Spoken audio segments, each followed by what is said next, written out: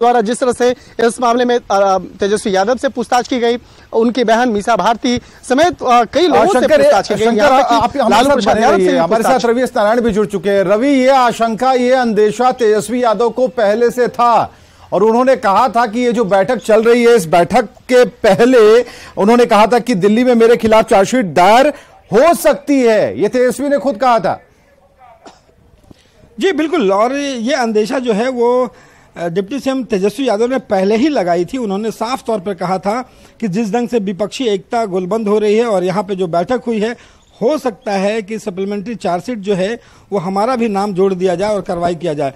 और ये तेजस्वी ने पहले से अंदेशा जताया था और ये चार्जशीट होने के बाद तेजस्वी की मुश्किल जो है वो बढ़ सकती है, क्योंकि देखिए जिस ढंग से सीबीआई यहाँ पे जांच कर चुकी है, छापेमारी हुई है, कई लोगों से लगातार पूछताछ हो रही है। दानापुर सहित कई इलाकों में जहाँ पे जॉब के बदले में लैंड लिया गया था, उस मामले में लगातार पूछताछ जारी है।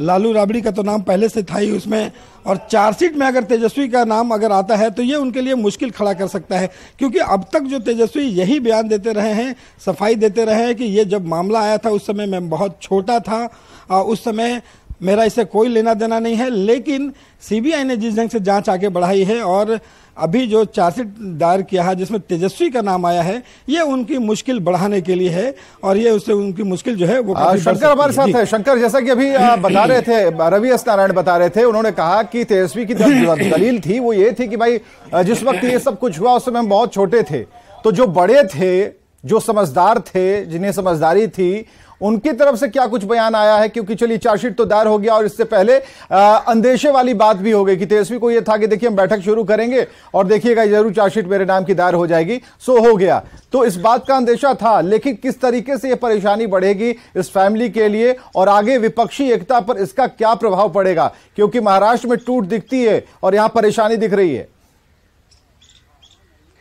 देखिए, इस मामले में थोड़ा सा तकनीकी एक कहा जा सकता है कि एक जो इनपुट है वो मैं बताना चाहूंगा कि जिस तरह से तेजस्वी यादव हालांकि पहले भी कहते रहे हैं कि वो उस वक्त का मामला है जब वो नाबालिग थे, उस वक्त में वो बालिग नहीं थे। लेकिन यहाँ पर सीबीआई के द्वारा जो एक एफआईआर का जिक्र हो रहा है और उसी एफआईआर में बाकायदा कार्रवाई की गई है।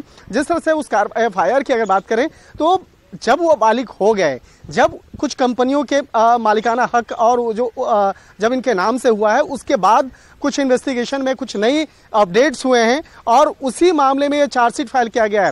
देखिए, मैं एक फिर से बताना चाहूंगा कि एक जो पहला एफआईआर था जो सीबीआई के द्वारा रजिस्टर्ड किया गया था और उसमें चार्जशीट फाइल पहले से किया जा चुका है, और अगर उस मामले में भी होता तो उसे सप्लीमेंट्री चार्जशीट कहते हैं। लेकिन ये सप्लीमेंट्री चार्जशीट नहीं है। सप्लीमेंट्री चार्जशीट नहीं है तो इसका मतलब है कि कोई और एक ऐसा एफआईआर है जो जोन वाइज रजिस्टर्ड किया गया, उसी मामले में पूछताछ की गई और पूछताछ करने के बाद उस मामले में ये पहला चार्जशीट दायर किया गया है। और पहला इसे और भी क्लियर करते हैं शंकर, थोड़ा सुशील पांडे के पास चलते हैं। सुशील पांडे, ये शंकर बिल्कुल, शंकर आनंद हमारे सहयोगी क्लियर कर रहे हैं कि देखिए इसे सप्लीमेंट्री ना माना जाए, एक और एफआईआर है। तो जरा बताइएगा कि ये कहां से किस तरीके से बातें अब आई हैं और ये अंदेशे वाली बात से अब आगे की बात हो गई है, क्योंकि सप्लीमेंट्री की बात को साफ तौर पर हमारे सहयोगी शंकर आनंद खारिज कर रहे हैं। जी देखिए, साफ तौर से इस पूरे मामले में सीबीआई लैंड फॉर जॉब के मामले में अलग अलग जोन पर जांच कर रही थी। निश्चित रूप से ये एक फ्रेश चार्जशीट दाखिल की गई है सीबीआई की तरफ से। इससे पहले भी सीबीआई ने इस पूरे मामले में चार्जशीट दाखिल की थी जिसमें लालू यादव, राबड़ी यादव समेत कई लोग आरोपी बनाए गए थे। लेकिन ये दूसरी सीबीआई की चार्जशीट है जो दूसरे जोन के मामले में सीबीआई जांच कर रही थी, उस मामले में ये चार्जशीट दाखिल की गई है। सीबीआई की तरफ से कोर्ट में आज ये जानकारी दी गई है कि इस पूरे मामले में अभी फिलहाल सैंक्शन लेना है फिलहाल होम मिनिस्ट्री से, क्योंकि तमाम लोग जो हैं वो संवैधानिक पद पर हैं। लालू यादव, राबड़ी यादव और साथ ही साथ तेजस्वी के मामले में फिलहाल ये सैंक्शन लेना है और इसीलिए 12 जुलाई की तारीख लगाई गई है सीबीआई कोर्ट के द्वारा इस पूरे मामले में चार्जशीट पर संज्ञान लेने के लिए। तो सीबीआई की तरफ से जो फिलहाल अभी सैंक्शन लेने के मामले में अभी कार्रवाई की जा रही है, उनकी तरफ से गृह मंत्रालय को पत्र लिखा गया है कि जल्द ही जल्द इस पर सैंक्शन किया जाए ताकि इस पूरे मामले में जांच को लेकर लेकर सीबीआई आगे बढ़े।